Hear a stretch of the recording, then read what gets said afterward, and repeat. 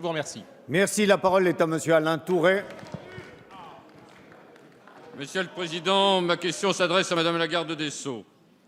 La République repose sur deux lois fondamentales, la loi de 1905 sur la laïcité et la loi du 29 juillet 1881 sur la liberté de la presse.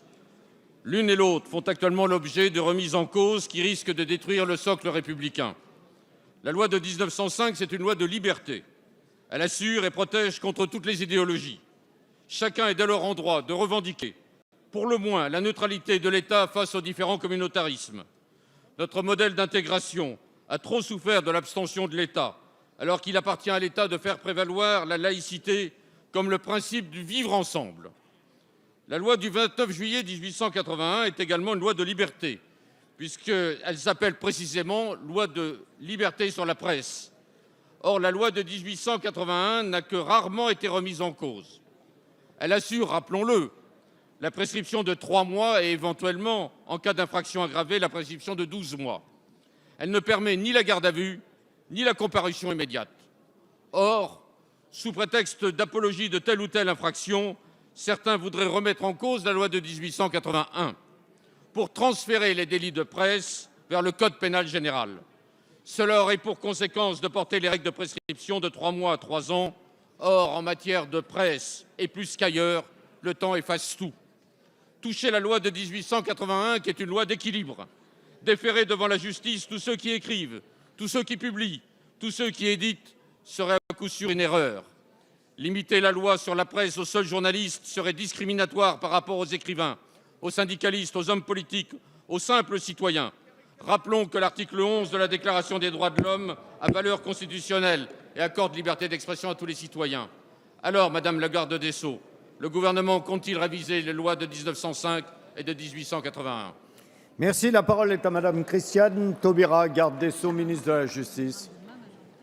Monsieur le Président, Mesdames et Messieurs les députés, Monsieur le député Alain Tourret, vous évoquez deux lois de liberté extrêmement importantes qui reposent sur les principes fondamentaux qui sont inscrits d'ailleurs dans la Constitution. Pour ce qui concerne la loi de 1905 sur la laïcité, qui permet que nous vivions ensemble, quelles que soient nos singularités, ceux qui croient, ceux qui ne croient pas, quelles que soient nos origines, nos apparences, comme l'indique l'article 1er de la Constitution, il n'est pas question de toucher à cette loi de 1905 qui encadre très clairement et très précisément ces conditions qui assurent la cohésion sociale et la possibilité pour chaque citoyen d'exercer la plénitude des attributs de la citoyenneté.